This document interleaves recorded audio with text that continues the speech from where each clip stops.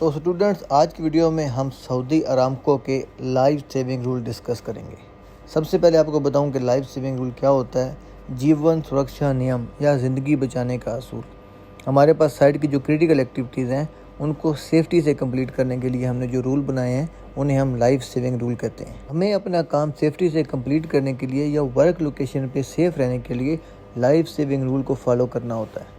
Saudi Aramco के life saving rule ensure करते हैं कि हमारा जो काम है वो सेफ्टी से ख़त्म हो जाए। हमारे जो हैज़ार्डियस जॉब थी, हमारी जो क्रिटिकल जॉब थी, वो भी बिना किसी ख़तरे के, एक्सीडेंट के, नुकसान के कंप्लीट हो जाए। लाइफ सेविंग रूल ही वो रूल हैं जिनकी वजह से हम वर्क रिलेटेड एक्सीडेंट को कम कर सकते हैं। जब हमारी वर्क लोकेशन पे एक्सीडेंट कम हो जाएंगे तो एक्सीडेंट से होने वाले नुकसान, जिनमें फैटिलिटीज़ भी शामिल हैं, उनको कम किया जा सकता है। मीन टू से हमारी वर्क लोकेशन पे, ऑक्यूपेशनल साइट पे होने वाली फैटिलिटीज़ में 90% ऐसी होती हैं जो कि इन्हीं लाइफ सेविंग रूल, जीवन सुरक्षा नियम को फॉलो ना करने की वजह से हो रही होती हैं। तो अगर हम सऊदी अरामको में काम करेंगे तो हमारी ये लाजमी रिस्पॉन्सिबिलिटी है। हम अगर कॉन्ट्रैक्टर हैं, हम क्लाइंट हैं, कोई भी लोग हैं, हमें तमाम लाइफ सेविंग रूल लाजमी फॉलो करने होंगे। सऊदी अरामको में काम करने वाला हर वर्कर अथराइज है। वो किसी भी दूसरे को अनसेफ एक्ट या कंडीशन से रोक सकता है। अगर कोई आदमी गलत काम कर रहा है, गलत कंडीशन में काम कर रहा है, आप उसको रोकने के अथराइज हैं। This include when rules are not being followed. जब कोई भी कोवर्कर लाइफ सेविंग रूल को फॉलो नहीं कर रहा होगा, वो लाइन ऑफ फायर में होगा, वो सेफ्टी रूल की वायलेशन कर रहा होगा या वो अनसेफ कंडीशन में काम कर रहा होगा, तो हमारी ये मॉरल रिस्पॉन्सिबिलिटी है कि हम उस गलत काम को स्टॉप कर सकते हैं। तो अगर हम लोग लाइफ सेविंग रूल्स को फॉलो करेंगे, सेफ्टी से काम करेंगे, तो ये चीज़ इंश्योर करेगा कि हमारा काम बिना किसी एक्सीडेंट के सेफ्टी से ख़त्म हो और हम अपने घरों को सही सलामत जा सकें। अगर हम टोटल लाइफ सेविंग रूल की बात करें तो सऊदी अरामको में 8 लाइफ सेविंग रूल हैं, जिनमें सबसे पहले होगा परमिट, उसके बाद होगा आइसोलेशन। परमिट क्या चीज़ है, आइसोलेशन कैसे करनी है, क्यों करनी है, ये सब हम फर्दर वीडियोज़ में डिटेल से डिस्कस करेंगे। अभी हम बात कर रहे हैं टोटल लाइफ सेविंग रूल कितने हैं। तो जो सबसे पहले जो प्रायोरिटी पे 2 हैं, परमिट एंड आइसोलेशन है। उसके बाद हमारे पास आएगा confined space and work at height. Confined space में वर्कर की क्या रिस्पॉन्सिबिलिटी है, सुपरवाइजर की क्या रिस्पॉन्सिबिलिटी है, क्या रूल फॉलो करने हैं, तमाम चीज़ें हम डिटेल से डिस्कस करेंगे। नेक्स्ट लाइफ सेविंग रूल की बात करें तो सेफ ड्राइविंग हमारे पास आ जाएगा। उसके बाद हमारे पास आ जाएगा एक्सक्यूवेशन। एज अ ड्राइवर आपकी क्या रिस्पॉन्सिबिलिटीज़ है और एज अ वर्कर आपने क्या चीज़ें इंश्योर करनी है, तमाम चीज़ें डिटेल से डिस्कस करेंगे। लास्ट 2 लाइफ सेविंग रूल की बात करें तो हमारे पास पीपी कंप्लायंस और safe position while work. Line of fire को अवॉइड करते हुए सेफ पोजीशन पे काम करना। तो तमाम लाइफ सेविंग रूल्स को हम नेक्स्ट वीडियोस में डिटेल से 1 बाय 1 डिस्कस करते हैं। First life saving rule, obtain a valid permit when required को डिस्कस करेंगे। तो परमिट क्या है? एक रिटन अथराइजेशन, एक लीगल डॉक्यूमेंट है। किस टाइम पे, किस एरिया पे क्या काम करना है, तमाम चीज़ें हमारे पास परमिटेड होती हैं, रिटर्न लिखी होती हैं। सुपरवाइज़र की रिस्पॉन्सिबिलिटी क्या है? Define the work scope and determine if permit is required और not.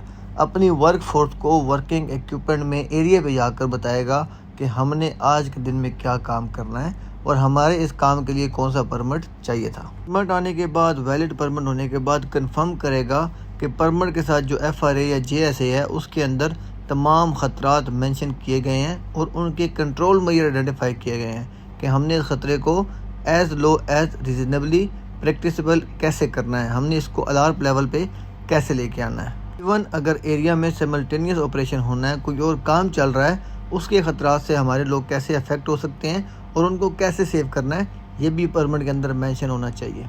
Communicate work permit information to all involve party. सिर्फ अपनी टीम के साथ परमिट की इन्फॉर्मेशन शेयर नहीं करनी, बल्कि अगर हमारे काम से साथ में कोई दूसरी पार्टी, कोई दूसरी टीम अगर वो अफेक्ट हो सकती हैं तो उनकी इंडोर्समेंट भी लाजमी है, उनको भी परमिट के बारे में इन्फॉर्म करना होगा। Confirm that permit condition are met. अगर हमारे पास परमिट के अंदर कोई स्पेसिफिक कंडीशन को मेंशन किया गया है, कितनी स्पीड लिमिट में काम करेंगे, कितनी हाइट पे काम कर सकते हैं, दिन में काम करना है, रात में काम करना है, इस तरह की स्पेसिफिक कंडीशन भी इंश्योर करना है कि हमारी मुकम्मल हो, किसी तरह की नॉन कंप्लाइंस ना होनी चाहिए। तमाम लोगों के साथ परमिट की तमाम condition, work requirement, hazard control measure communicate करने के बाद जब TBT साइन ले लेनी है, उसके बाद इंश्योर करना है कि ड्यूरिंग वर्क एग्जीक्यूशन जब तक काम चल रहा हो फ्रीक्वेंटली साइट का विजिट करना है, चेक करना है कि तमाम condition as per agreed term and condition होनी चाहिए। वंस द वर्क कंप्लीटेड, जब काम कंप्लीट हो जाएगा सुपरवाइज़र की रिस्पॉन्सिबिलिटी है कंफर्म करना है कि आपकी जो वर्किंग एरिया था, वर्क साइट थी, return to the safe condition. जिस कंडीशन में हमने काम स्टार्ट करने से पहले हैंड ओवर लिया था, तमाम एरिया उसी तरह हैंड बैक किया जाएगा बैक टू ऑपरेशन। तो परमिट में सबसे पहले सुपरवाइज़र की रिस्पॉन्सिबिलिटी दोबारा रिपीट कर दूं, परमिट वैलिड होना चाहिए, तमाम चीज़ें डिफाइन होनी चाहिए, वर्क फोर्स के साथ कम्युनिकेट होनी चाहिए, हैज़र्ड कंट्रोल में ये आइडेंटिफाई होने चाहिए, अगर कोई कंसर्न पार्टी है उसके साथ चीज़ें डिस्कस करनी चाहिए, काम के दौरान फ्रीक्वेंट साइट पे विजिट करने चाहिए, साइट पे रहना चाहिए और साइट की तमाम कंडीशन को इंश्योर करते हुए काम ख़त्म करना चाहिए। काम ख़त्म करने के बाद हाउसकीपिंग करके अपना जो वर्किंग एरिया था उसको बैक टू नॉर्मल ऑपरेशन लाजमी करना होगा। अभी अगर हम बात करें कि वर्कर की रिस्पॉन्सिबिलिटी क्या है, understand the work to be perform, हमने काम क्या करना है उसको एग्जैक्ट इन्फॉर्मेशन होना चाहिए। परमिट स्कोप के अंदर कंडीशन क्या होंगी, लिमिटेशंस क्या होंगी, कितनी हाइट पे काम कर सकते हैं, कन्फाइंड स्पेस में जा सकते हैं कि नहीं जा सकते, हॉट वर्क कर सकते हैं कि नहीं कर सकते, उसकी क्लियर कम्युनिकेशन होनी चाहिए। कंफर्म करना चाहिए कि परमिट वैलिड होना चाहिए। वर्कर की ये रिस्पॉन्सिबिलिटी है, किसी एक्सपायर परमिट या किसी और दिन के परमिट या किसी और लोकेशन के परमिट पे काम करना अलाउ नहीं होगा। Stop work if permit condition change, हर आदमी अनसेफ एक्ट एंड कंडीशन को स्टॉप करने का अथराइज है। अगर परमिट में कोई कंडीशन मेट नहीं की जा रही, वेंटिलेशन प्रोवाइड नहीं की और आपको कन्फाइंड स्पेस का कह रहे हैं, तो आप काम स्टॉप करने के लिए अथराइज हैं, आप वो काम करने से मना कर सकते हैं। तो उम्मीद करता हूँ सऊदी अरामको का first life saving rule valid permit आपका क्लियर हो चुका होगा। Second life saving rule verifying isolation before starting the job को डिस्कस करेंगे।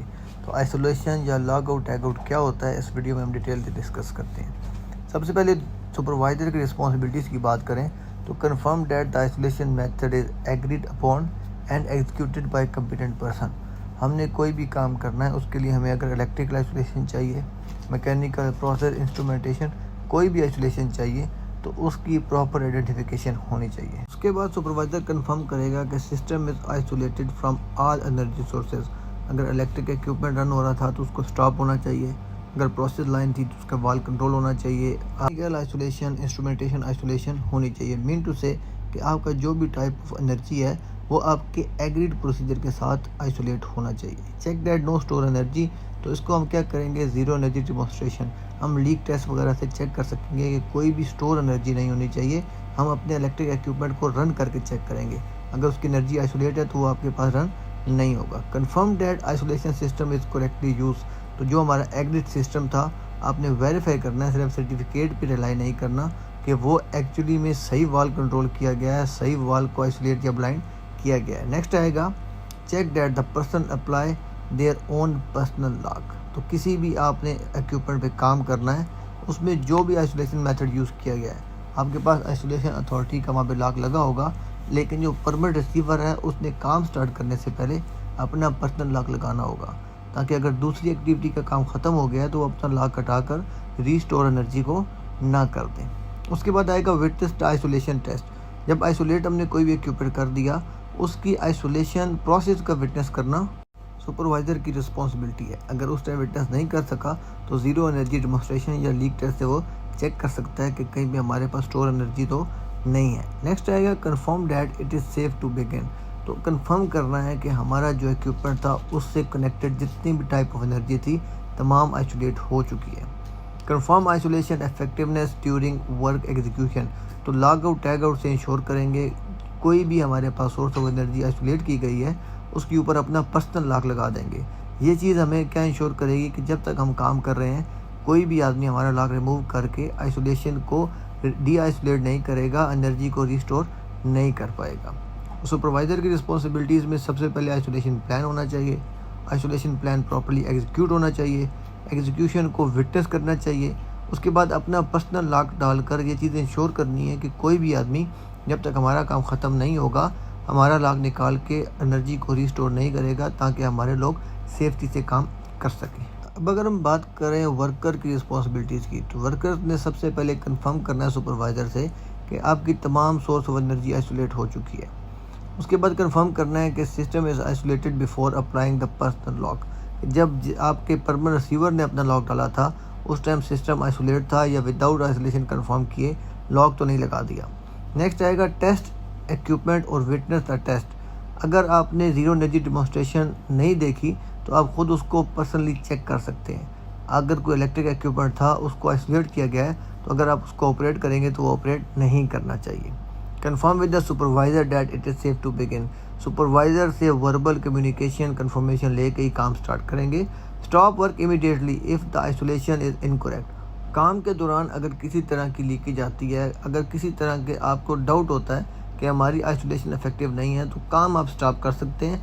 आपने जैसे ही कुछ इस तरह की चीज़ ऑब्ज़र्व की आपने अपने सुपरवाइज़र को इन्फॉर्म करना है और स्टॉप कर देना है, क्योंकि unwanted release of any type of energy dangerous हो सकती है। तो उम्मीद करता हूँ सऊदी अरामको का second life saving rule energy isolation आपके क्लियर हो चुका होगा। Life saving rule number 3, obtain authorisation before entering a confined space. तो इसमें सबसे पहले आपको पता होना चाहिए कन्फाइंड स्पेस क्या होता है। एनी फुली और पार्शली इनक्लोज्ड एरिया, ऐसा मुकम्मल या आधा बंद एरिया जिसमें वेंटिलेशन नहीं होगी, आने जाने का रास्ता लिमिटेड होगा, लाइटिंग के अरेंजमेंट नहीं होंगे और वो जगह हमारी नॉर्मल ऑक्यूपेंसी के लिए यूजेज के लिए नहीं बनाई जाएगी। हमने उसके अंदर एंट्री किसी पर्पस से करनी है, क्लीनिंग, मेंटेनेंस, इंस्पेक्शन, रीडिंग, किसी भी खास पर्पस से एंट्री करनी होगी, वो जगह कन्फाइंड स्पेस कहलाएगी। कन्फाइंड स्पेस के रिलेटेड डिटेल ट्रेनिंग आपको मेरे यूट्यूब चैनल पे मिल जाएगी, मैं उसका लिंक डिस्क्रिप्शन में भी डाल दूंगा। अगर हम बात करें सऊदी अरामको के लाइफ सेविंग रूल के, तो कंट्रोल मेजर इंप्लीमेंट करना इस बात की एश्योरिटी होता है कि कन्फाइंड स्पेस के अंदर काम अगर हम प्रोसीजर फॉलो करते हुए करेंगे तो हमारी जान को ख़तरा नहीं होगा या बहुत कम होगा। सबसे पहले बात करें रिस्पॉन्सिबिलिटीज़ ऑफ सुपरवाइज़र की, तो सुपरवाइज़र का काम है कंफर्म करे कि कोई भी हमारे पास कन्फाइंड स्पेस के अंदर जाने के लिए वैलिड रीज़न होनी चाहिए, कन्फाइंड स्पेस एंट्री प्लान होना चाहिए और वो अप्रूव्ड होना चाहिए। कन्फाइंड स्पेस को पॉजिटिवली आइसोलेट करना चाहिए। आइसोलेशन क्या होता है? Stopping the source of energy, electrical, mechanical, process, instrumentation, तमाम टाइप ऑफ एनर्जी को डिफरेंट मोड से हमने उसको आइसोलेट करना है। उसी के बाद हम कन्फाइंड स्पेस में काम कर सकेंगे। उसके बाद सुपरवाइज़र की रिस्पॉन्सिबिलिटी है कि जितने भी हैज़र्ड्स हैं उनके प्रॉपर्ली कंट्रोल मेजर्स अवेलेबल होने चाहिए। टीबीटी के अंदर वो तमाम चीज़ें अपनी वर्कफोर्स के साथ कम्युनिकेट होनी चाहिए। Gas testing, initial guess testing जो होगी अथराइज गैस टेस्टर के थ्रू परफॉर्म की जानी चाहिए। गैस टेस्टिंग में हमने ऑक्सीजन लेवल चेक करना है, फ्लेमेबल गैसेस चेक करनी है, टॉक्सिक गैसेस चेक करनी है, उसकी बेस पे हमने वेंटिलेशन अरेंजमेंट्स करनी है। तो सुपरवाइज़र की रिस्पॉन्सिबिलिटी है वेंटिलेशन अरेंजमेंट्स करना, लाइटिंग अरेंजमेंट्स करना, उसके बाद एंट्री के लिए सेफ एक्सेस प्रोवाइड करना, जब अंदर लोग काम कर रहे होंगे कम्युनिकेशन चैनल इंश्योर करना। मीन टू से कन्फाइंड स्पेस के अंदर वर्क सेफली एग्जीक्यूट करने की तमाम रिस्पॉन्सिबिलिटी सुपरवाइज़र की होगी, जिसमें स्टैंड बाय मैन को अरेंजमेंट करना, वर्क के लिए इक्विपमेंट प्रोवाइड करना, टूल प्रोवाइड करना, ड्यूरिंग जॉब वर्क को मॉनिटर करना, तमाम की रिस्पॉन्सिबिलिटी सुपरवाइज़र की होंगी जब तक कन्फाइंड स्पेस के अंदर आपका काम कंटिन्यू होगा। अगर हम बात करें वर्कर की रिस्पॉन्सिबिलिटी की, तो वर्कर की सबसे पहली रिस्पॉन्सिबिलिटी है कि उन्होंने कंफर्म करना है कि कन्फाइंड स्पेस का एंट्री परमिट आ गया कि नहीं आ गया। एंट्री परमिट लेके आना आपका परमिट रिसीवर की रिस्पॉन्सिबिलिटी है, वैलिड होना चाहिए, सुपरवाइज़र की रिस्पॉन्सिबिलिटी है, सेफ्टी वाला उसको चेक करेगा, लेकिन आपने कंफर्म लाजमी करना है कि परमिट आ गया कि नहीं आ गया। उसके बाद confined space observer stand by man वहाँ पे होना चाहिए, उसके बिना कोई आदमी भी अंदर जाने के लिए अथराइज नहीं है। जितने सेफ्टी प्रोटोकॉल प्रिकॉशंस हैं तब चीज़ें फुलफ़िल करना वर्कर की रिस्पॉन्सिबिलिटी है। जैसे ही कन्फाइंड स्पेस के अंदर कोई भी कंडीशन चेंज होती है, आपकी वेंटिलेशन स्टॉप हो जाती है, आपका जनरेटर बंद हो जाता है, अंदर आपकी क्लीनिंग की वजह से गैस लीक होती है, इमीडिएट काम स्टॉप करके आपने कन्फाइंड स्पेस के बाहर आ जाना है। मोस्ट इम्पोर्टेंट, अगर हम बात करें confined space stand by man की, तो जो स्टैंड बाय मैन होता है वो अथराइज पर्सन है कन्फाइंड स्पेस की एक्सेस कंट्रोल का, और रिस्पॉन्सिबल पर्सन है जितने भी अंदर लोग काम कर रहे हैं उनकी हेल्थ का। अगर कन्फाइंड स्पेस ऑब्जर्वर या स्टैंड बाय मैन कम्पिटेंट नहीं होगा तो काम करना डिफ़िकल्ट होने के साथ साथ लोगों की जान को ख़तरा हो सकता है। रिस्पॉन्सिबिलिटीज़ में अगर बात करें, सबसे पहले एक्सेस कंट्रोल, कोई भी आदमी लॉग शीट साइन किए बिना अंदर नहीं जाना चाहिए। ऑलवेज़ मेंटेन अ कम्युनिकेशन, जितने भी आदमी अंदर काम कर रहे हैं, लोग काम कर रहे हैं, एम्प्लॉइज़ के साथ कंटिन्यू कम्युनिकेशन होनी चाहिए। आप रेडियो यूज़ कर सकते हैं, वॉकी टॉकी यूज़ कर सकते हैं, rope, light, whistle, multiple mean of communication channel हैं, उनमें से कोई एक लाजमी यूज़ करना है। अपनी जो लॉग शीट है उसको मेंटेन करना है। लॉग शीट मेंटेन करने के 3 पर्पज़ हैं, कितने लोग अंदर अलाउड थे, कितने जा चुके हैं। एक टाइम पे लोग मैक्सिमम 30 मिनट काम कर सकते हैं, उसके बाद 10 मिनट की ब्रेक उन्हें बाहर आकर फ्रेश एयर में करनी है टाइम शीट मेंटेन करने का पर्पज़ उनका time inside the confined space manage करना।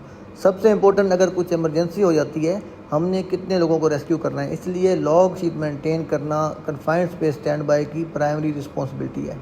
अगर कंडीशन चेंज होती हैं, प्लांट में कुछ इमरजेंसी होती है, गैस लीकेज होती है, आग लगती है, तो फ़ौरन इनसाइड जो लोग काम कर रहे हैं कन्फाइंड स्पेस में, उनको इन्फॉर्म करके काम स्टॉप करना है और सब लोगों को बाहर निकाल लेना है। In addition to this, confined space stand by man की रिस्पॉन्सिबिलिटी है कंटिन्यू गैस मॉनिटरिंग को इंश्योर करना। जो लोग अंदर जा रहे हैं उनके पीपीज को इंश्योर करना। अपने एरिया में जितना भी लोग काम करेंगे सबके पास gas monitor, personal gas monitor लाजमी होना चाहिए। तो ये हमारे पास कंट्रोल मेजर्स हैं। अगर supervisor, worker, confined space stand by man सब लोग कंट्रोल मेजर को इम्प्लीमेंट करने के साथ अपनी रिस्पॉन्सिबिलिटीज़ को प्रॉपर्ली फुलफ़िल करेंगे तो कन्फाइंड स्पेस के अंदर काम करना हमारे लिए इतना ही सेफ़ होगा जितना एक वर्कशॉप के अंदर काम करना है। उम्मीद करता हूँ सऊदी अरामको का ये लाइफ सेविंग रूल आपका क्लियर हो चुका होगा। Life saving rule number 4, use required fall protection equipment when working at height. जब हम ज़मीन से अप लेवल पे काम करेंगे और अगर हमारी हाइट ज़मीन से 1.8 मीटर होगी, अगर हम टेम्प्रेरी स्ट्रक्चर पे काम कर रहे हैं, हमारे गिरने का ख़तरा होगा। उस ख़तरे को कम करने के लिए, उसके सीवियरिटी लेवल को कंट्रोल करने के लिए हमें फुल बॉडी प्रोटेक्शन की ज़रूरत होगी। हमें हाइट से गिरने से बचाने के लिए फॉल प्रोटेक्शन इक्विपमेंट यूज़ करना मैंडेटरी होता है, लाजमी होता है। अब फॉल प्रोटेक्शन सिस्टम यूज़ करने के लिए सुपरवाइज़र की क्या रिस्पॉन्सिबिलिटीज़ हैं और वर्कर की क्या रिस्पॉन्सिबिलिटीज़ होंगी, तमाम हम डिटेल से डिस्कस करते हैं। बात करें सुपरवाइज़र की रिस्पॉन्सिबिलिटी की, तो सबसे पहले सुपरवाइज़र ने कंफर्म करना है कि हमारे पास ये काम इस टेम्प्रेरी स्ट्रक्चर पे या इस अनप्रोटेक्टेड साइड पे जाने के अलावा करने का कोई और ऑप्शन नहीं है, तभी हम वो काम प्रोसीड करेंगे। अगर हम एलिमिनेशन, सब्स्टिट्यूशन नहीं कर सकते तो सुपरवाइज़र की रिस्पॉन्सिबिलिटी है इंश्योर करना कि आपका वर्किंग प्लेटफॉर्म काम के लिए सेफ़ होना चाहिए। आपने जो वर्क एट हाइट करना है उसके लिए तमाम सेफ्टी प्रिकॉशंस पूरे होने चाहिए। सुपरवाइज़र की रिस्पॉन्सिबिलिटी है कंफर्म करे कि proper suitable fall arrest system या इक्विपमेंट वहाँ पे अवेलेबल होना चाहिए, गुड कंडीशन में होना चाहिए, थर्ड पार्टी इंस्पेक्शन होनी चाहिए, कलर कोडिंग होनी चाहिए, साइज़ प्रॉपर होने चाहिए, लोगों के लिए फ़िट टू यूज़ होना चाहिए। और एट द एंड तमाम जो फॉल प्रोटेक्शन इक्विपमेंट्स हैं, सिस्टम है, प्रोसीजर हैं, फॉलो करवाना भी सुपरवाइज़र की प्राइमरी रिस्पॉन्सिबिलिटी होती है।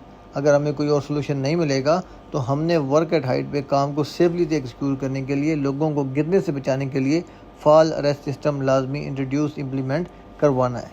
अब अगर हम बात करें वर्कर रिस्पॉन्सिबिलिटी की, वर्क एट हाइट करते हुए वर्कर्स की क्या रिस्पॉन्सिबिलिटीज़ होती हैं, तो उनमें सबसे पहले जो चीज़ आएगी, ऑथराइजेशन होनी चाहिए, वर्क एट हाइट का सर्टिफिकेट, परमिट होना चाहिए, उनकी ट्रेनिंग होनी चाहिए। जो अनप्रोटेक्टेड एरियाज़ हैं उनको गार्ड रेल के साथ से सिक्योर किया जाना चाहिए। मीन टू से काम स्टार्ट करने से पहले, वर्क एट हाइट के एरिया को एक्सेस करने से पहले विजुअल इंस्पेक्शन करना वर्कर की प्राइमरी रिस्पॉन्सिबिलिटीज़ है। उन्हें नॉलेज होना चाहिए कि हमारे इस एरिया में कौन सा टाइप का फॉल अरेस्ट इक्विपमेंट यूज़ होगा, हमारी हार्नेस यूज़ हो रही है तो एंकर पॉइंट क्या होगा, लाइफ लाइन हो सकती है, हमारे पास फिक्स पॉइंट हो सकते हैं। As per work requirement and area condition worker को कंप्लीट इन्फॉर्मेशन होनी चाहिए। जब हम हाइट पे काम कर रहे हैं तो फुल बॉडी हार्नेस पहन लेना काफ़ी नहीं होगा, उसको प्रॉपरली टाई इन करना भी ज़रूरी है ताकि आपको वो प्रोटेक्शन प्रोवाइड कर सके। उसके बाद आपने जब भी अपनी फुल बॉडी हार्नेस वेयर करनी है, आपने उसको डिटेल से इंस्पेक्ट करना है। कहीं से वेयर टेयर नहीं होनी चाहिए, डैमेज नहीं होने चाहिए, थर्ड पार्टी इंस्पेक्शन वैलिड होना चाहिए, कलर कोडिंग होनी चाहिए। एट द एंड वर्कर की रिस्पॉन्सिबिलिटी है, अगर आपकी वर्किंग कंडीशन सेफ़ नहीं है, जैसी एग्रीड थी वैसी नहीं है, या कुछ मॉडिफिकेशन चेंजेस हो रही हैं, स्कैफोल्डिंग मॉडिफाइड हो चुकी है, आप काम को स्टॉप करने के अथराइज हैं। जब तक आपकी वर्किंग कंडीशन एनवायरनमेंट सेफ़ नहीं होगी तब तक काम स्टार्ट नहीं करें, अदरवाइज़ आप अपने आप को किसी भी अनवांटेड अनप्लान इवेंट में इन्वॉल्व कर सकते हैं। उम्मीद करता हूँ लाइफ सेविंग रूल नंबर 4 आपका क्लियर हो चुका होगा। One of the most important life saving rule, follow all traffic safety rule. Traffic को लेके जितनी भी सेफ्टी रूल हैं काफ़ी इंपॉर्टेंट होते हैं। तो आज के रूल में हम तमाम चीज़ें डिस्कस करेंगे। सुपरवाइज़र की रिस्पॉन्सिबिलिटी क्या है, ड्राइवर्स की रिस्पॉन्सिबिलिटीज़ क्या होती हैं, अच्छे ड्राइवर की क्वालिटीज़ क्या होती हैं, ड्राइविंग के लिए आपने किन रूल को फॉलो करना है, और जो गाड़ी के अंदर पैसेंजर होंगे उनकी क्या रिस्पॉन्सिबिलिटीज़ हैं। तो सबसे पहले बात करें सुपरवाइज़र की। कंफर्म करेगा कि जर्नी मैनेजमेंट प्लान होना चाहिए, तमाम पार्टीज़ को उसकी क्लियर अंडरस्टैंडिंग होनी चाहिए और उसको फॉलो किया जाना चाहिए। हमारे ड्राइवर की फटीग मैनेजमेंट कैसे होगी, हमारे ड्राइवर ने कितने किलोमीटर गाड़ी ड्राइव करनी है, गाड़ी के अंदर फ्यूल कंजम्पशन क्या होनी चाहिए, कितने पैसेंजर होंगे, तो हर चीज़ जर्नी मैनेजमेंट प्लान के अंदर मेंशन होती है और प्रॉपर्ली अप्रूव्ड होती है। जितने भी ड्राइवर आपके पास होंगे, आपके लाइन सुपरवाइज़र के अंडर होंगे, उन तमाम का जो बिहेवियर है उसके बारे में आपको अपडेट होनी चाहिए। अगर किसी की मेडिकल प्रॉब्लम है उसका डेटा आपके पास मेंटेन होना चाहिए। Confirm the vehicle under their custody are properly inspected and maintain. गाड़ी के अंदर डेली बेस पे एक चेक लिस्ट होती है, उसको सिंपली टिक नहीं करना, उसका प्रॉपर इंस्पेक्शन करना, उसका डेटा मेंटेन करना। उसके बाद गाड़ी की लॉक शीट मेंटेन करना, कौन सा ड्राइवर किस गाड़ी को किस टाइम पे यूज़ कर रहा था। उसके बाद उनकी ट्रैकर से लाइव ट्रैकिंग भी की जा सकती है। सुपरवाइज़र की रिस्पॉन्सिबिलिटी है कि गाड़ी को लेकर, व्हीकल फ्लीट को लेकर जितना भी रिस्पॉन्सिबिलिटीज़ है, काम है, सेफ्टी से एग्जीक्यूट करवाने का की पर्सन सुपरवाइज़र होता है। नेक्स्ट अगर बात करें ड्राइवर्स की, तो ड्राइवर की रिस्पॉन्सिबिलिटीज़ में क्या होगा, complete the vehicle inspection before each trip. As per check list जो चीज़ें हैं वो तमाम चीज़ें चेक करेगा। गाड़ी का एक्सटर्नल ग्राउंड लेग का, टायर में हवा चेक करेगा, लुब्रिकेंट्स चेक करेगा, गाड़ी का रेडिएटर का कूलेंट चेक करेगा, फिर इंजन ऑयल, ब्रेक ऑयल, सब चीज़ों का एज़ पर चेकलिस्ट इंस्पेक्शन करेगा।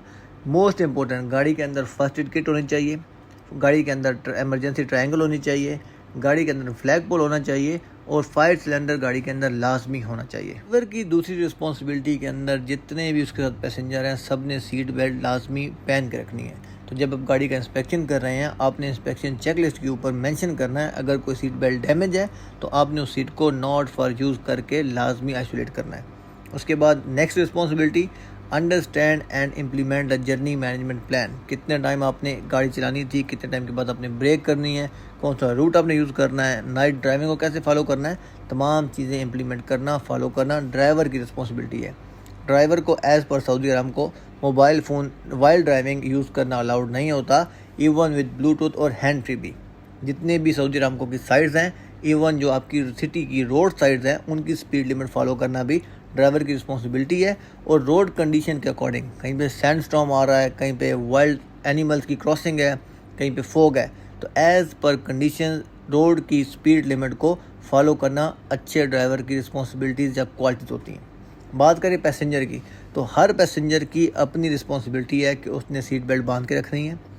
ड्यूरिंग ड्राइविंग ड्राइवर को डिस्ट्रैक्ट करना किसी पैसेंजर को अलाउड नहीं होता।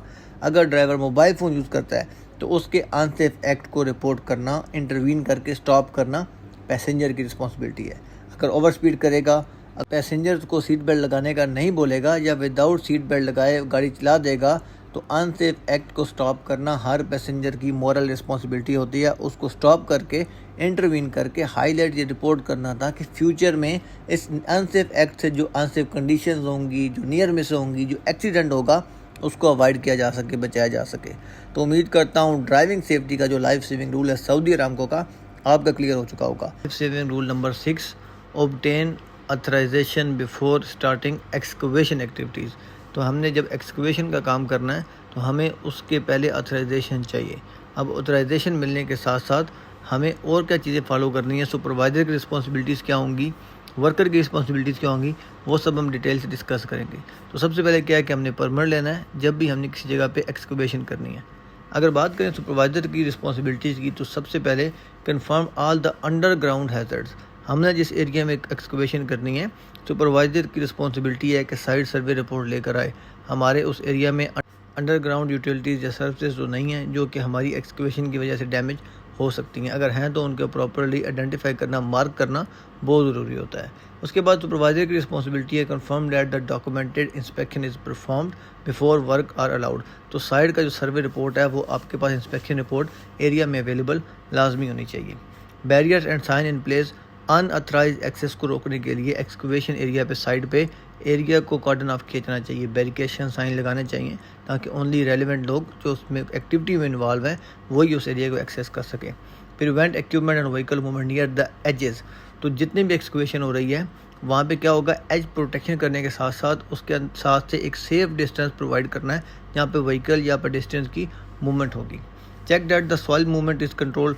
तो सॉइल को कंट्रोल करने के लिए श्योरिंग है, स्लोपिंग है, मल्टीपल आप वेज यूज़ कर सकते हैं। तो एज़ पर ग्राउंड कंडीशन या सॉइल कंडीशन सुपरवाइज़र की रिस्पॉन्सिबिलिटी होगी को उस चीज़ को भी इंश्योर करना है कि आपकी जो एक्सकवेशन है वो कोलैप्स इनसे अवॉइड किया जा सके। मोस्ट इम्पोर्टेंट, अगर आपकी एक्सकवेशन 1.2 मीटर से या 4 फीट से ज़्यादा हो जाती है तो एज़ पर कंडीशन रिक्वायरमेंट हमें कन्फाइंड स्पेस परमिट भी रिक्वायर्ड होगा या कन्फाइंड स्पेस सर्टिफिकेट चाहिए होगा।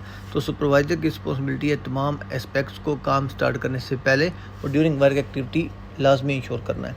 बात करें वर्कर रिस्पॉन्सिबिलिटी की, तो सबसे पहले सुपरवाइज़र से कंफर्म करना है कि परमिट आ गया है, तमाम डॉक्यूमेंटेशन पूरी है, काम हम लोग स्टार्ट कर सकते हैं या नहीं कर सकते। उसके बाद continue monitor the ground and environmental condition, हम किस एरिया में काम कर रहे हैं, ग्राउंड में नीचे कौन सी यूटिलिटीज़ हैं, कंडीशन का ख्याल रखना है, सनलाइट कितनी है, टेम्परेचर कितना है, TWL मॉनिटरिंग कितनी है, वर्किंग कंडीशन का लाजमी मॉनिटर करना वर्कर की रिस्पॉन्सिबिलिटी है। Follow all the permit requirements, permit के अंदर अगर मेंशन है कि आपने 1.2 मीटर से नीचे नहीं जाना तो वर्कर उससे ज़्यादा एक्सकवेशन नहीं करेंगे। परमिट के अंदर मेंशन है कि आप एक टाइम पे एक्सकवेशन के अंदर इतने आदमी जा सकते हैं। आपकी एक्सकवेशन अगर साइड स्लोपिंग वगैरह नहीं हुई, आपकी साइड प्रोटेक्शन नहीं है, आप उसके अंदर नहीं जा सकते।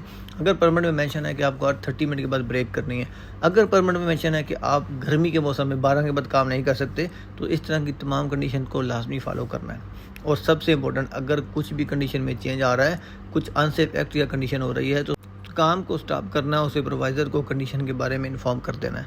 अगर हम ये तमाम प्रोसीजर फॉलो करेंगे तो हमारी एक्सकवेशन की एक्टिविटी सेफ्टी से कंप्लीट हो पाएगी, बिना किसी हैजर्ड के एक्सपोज हुए हमारे लोग अपना काम ख़त्म कर लेंगे। Life saving rule number 7, use the required personal protective equipment for your job. इसको डिस्कस करेंगे। पर्सनल प्रोटेक्टिव इक्विपमेंट होता क्या है? पर्सनल हो गया मेरा ज़ाती, प्रोटेक्टिव हो गया हिफाजत, इक्विपमेंट हो गया आलात, मेरी खुद की हिफाजत के आलात। मेरे personal protective equipment only my self, मुझे प्रोटेक्ट करेंगे। सुपरवाइज़र की रिस्पॉन्सिबिलिटीज़ क्या है? Identify task specific personal protective equipment PPE। अगर आपकी जॉब में पिंच पॉइंट का ख़तरा है, हाथ फिंगर ट्रैप होने का ख़तरा है, इम्पैक्ट रेजिस्टेंट ग्लव्स चाहिए। टॉक्सिक एनवायरनमेंट में काम कर रहे हैं, SCBA चाहिए। फ्यूम्स में काम कर रहे हैं, फ़िल्टर मास्क चाहिए। अगर आप क्लीनिंग कर रहे हैं, आपको N95 मास्क चाहिए। तो सुपरवाइज़र की रिस्पॉन्सिबिलिटी है टास्क के रिलेटेड जो specific required personal protective equipment हैं उनको आइडेंटिफाई करना। सुपरवाइज़र की नेक्स्ट रिस्पॉन्सिबिलिटी इंश्योर करना कि तमाम जो वर्कर हैं उनको पर्सनल प्रोटेक्टिव इक्विपमेंट का राइट यूज़ आता है। आप वर्क के टाइट पे काम करना है, हार्नेस अगर प्रॉपर नहीं पहनेंगे, टाई नहीं करेंगे, इंस्पेक्शन नहीं करेंगे, उसका फ़ायदा नहीं होगा। सुपरवाइज़र ने इंश्योर करना है all PP required for the job is available and being use properly. PPs available होना, लोगों को उनकी ट्रेनिंग होना और काम के दौरान उनको यूज़ करना भी कंटिन्यू सुपरविजन या इफेक्टिव मॉनिटरिंग का पार्ट होता है। सुपरवाइज़र ने इंश्योर करना है all worker inspect and maintain their PPs। अगर PPs डैमेज हो चुके हैं तो रीज़न क्या थी, क्वालिटी उसकी इम्प्रूव की जा सकती है, या लोगों को आप ग्लव 3 दिन के बाद दे रहे हैं, आप फ्रीक्वेंट चेंज कर सकते हैं। डिस्पोजेबल कवरऑल देकर उनकी कवरऑल को प्रोटेक्ट कर सकते हैं। मीन टू से जब भी आपने कोई काम करना है तो सुपरवाइज़र की रिस्पॉन्सिबिलिटी है तमाम लोगों के पास PPs प्रॉपर होने चाहिए, लोगों को PPs यूज़ करना आना चाहिए, और अगर किसी का डैमेज PPs है तो टाइमली उसको रिप्लेस करना चाहिए।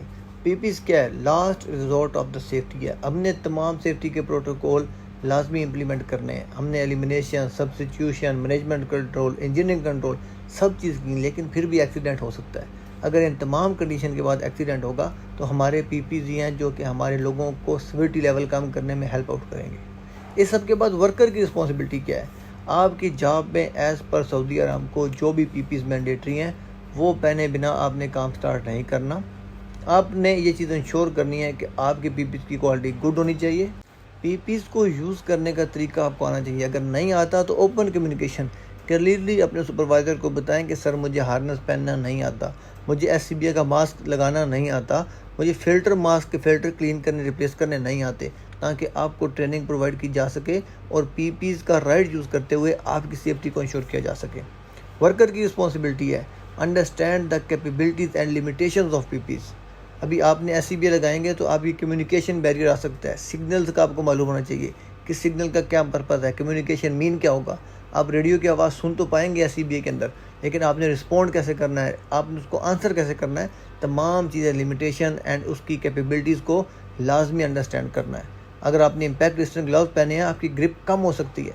तो ये तमाम चीज़ें फैक्टर लाजमी आपको पता होने चाहिए। Inspect all the PPs before the use. जब भी आपने काम स्टार्ट करना है अपने पीपीज की inspection prior start of the job करनी है। सबसे most important, stop work immediately if PPEs are not available और इन डैमेज कंडीशन। अगर आपके पीपीज डैमेज है या जॉब स्पेसिफिक पीपीज आपको नहीं प्रोवाइड किए जा रहे, आप अथराइज हैं अनसेफ एक्ट या कंडीशन को स्टॉप करने के। सुपरवाइज़र को आपने इन्फॉर्म करना है कि एज़ पर सऊदी अरामको इस जॉब के लिए मुझे ये पीपीज रिक्वायर्ड थे, मेरे पास ये अवेलेबल नहीं है, मुझे ये अरेंज करवा के दो। आई विल कंटिन्यू और I will resume the job. By that time I am not authorise to perform any type of activity. मुझे अपनी पर्सनल सेफ्टी का ख्याल है, इसलिए मुझे पर्सनल प्रोटेक्टिव इक्विपमेंट प्रोवाइड करो। तो उम्मीद करता हूँ पर्सनल प्रोटेक्टिव इक्विपमेंट क्यों ज़रूरी हैं, क्या होते हैं, कैसे मेंटेन करना है, आपको समझ आ चुका होगा। Last life saving rule, position yourself in safe location, other wording में बोलें लाइन ऑफ फायर, इसको हम डिस्कस करते हैं। तो सबसे पहले क्या होगा कि position yourself in a safe location. जब भी आपने काम करना है आपने इंश्योर करना है आप किसी ख़तरे के एक्सपोज तो नहीं हो रहे। आप सस्पेंडेड लोड हो सकता है, अब व्हीकल मूवमेंट हो सकती है, तो इस सब के बारे में आपको अवेयरनेस होनी चाहिए। सुपरवाइज़र की रिस्पॉन्सिबिलिटी में बात करें तो उसने इंश्योर करना है लाइन ऑफ फायर को अवॉइड करने के तमाम कंट्रोल मेजर इंप्लीमेंट होने चाहिए। अगर कहीं पे हैवी व्हीकल मूवमेंट हो रही है, अगर कहीं पे पेडेस्ट्रियन क्रॉसिंग है तो उसकी प्रॉपर सेग्रीगेशन होनी चाहिए, बैरिकेशन या बैरियर लगे होने चाहिए।